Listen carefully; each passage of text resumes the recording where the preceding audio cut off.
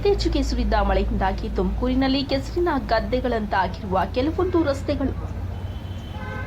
ತುಮಕೂರು ನಗರದಲ್ಲಿ ಮಳೆಯಾಗುತ್ತಿದ್ದು, ಸದಾಶಿವ ನಗರ, ಹೊನ್ನಸಿರಿ ಮಹೇಂದ್ರ ಶೋರೂಂ ಪಕ್ಕದ ರಸ್ತೆಯಲ್ಲಿ ಕೊಳಚೆ ಗುಂಡಿಗಳಾಗಿದ್ದು, ರಸ್ತೆಯಲ್ಲಿ ನೀರು ನಿಂತಿದ್ದು, ಕಸದ ರಾಶಿಗಳು ನಗರ ಪಾಲಿಕೆಯವರಿಗಾಗಲಿ, ವಾರ್ಡ್ ಕಾರ್ಪೊರೇಟರ್ಗಳಿಗಾಗಲಿ, ಸಂಬಂಧಪಟ್ಟ ಅಧಿಕಾರಿಗಳಾಗಲಿ ಯಾರೂ ಇತ್ತ ಗಮನ ಹರಿಸುತ್ತಿಲ್ಲ. ಈ ರಸ್ತೆಯ ಸಮೀಪದಲ್ಲಿ ಇರುವ ಅಕ್ಷಾ ಸ್ಕೂಲ್ ಸಣ್ಣ ಸಣ್ಣ ಮಕ್ಕಳಿದ್ದು, ಮಕ್ಕಳಿಗೆ ಡೆಂಗು, ಮಲೇರಿಯಾ ಅಂತಹ ರೋಗಗಳು ಹರಡುವ ಸಂಭವವಿದೆ. ಸಾರ್ವಜನಿಕರಿಗೆ ತುಂಬಾ ತೊಂದರೆ ಆಗುತ್ತಿದ್ದು, ನಗರದಲ್ಲಿ ಹೆಚ್ಚಾಗುತ್ತಿರುವ ಡೆಂಗು, ಮಲೇರಿಯಾ ರೋಗಕ್ಕೆ ತುತ್ತಾಗಿದ್ದಾರೆ.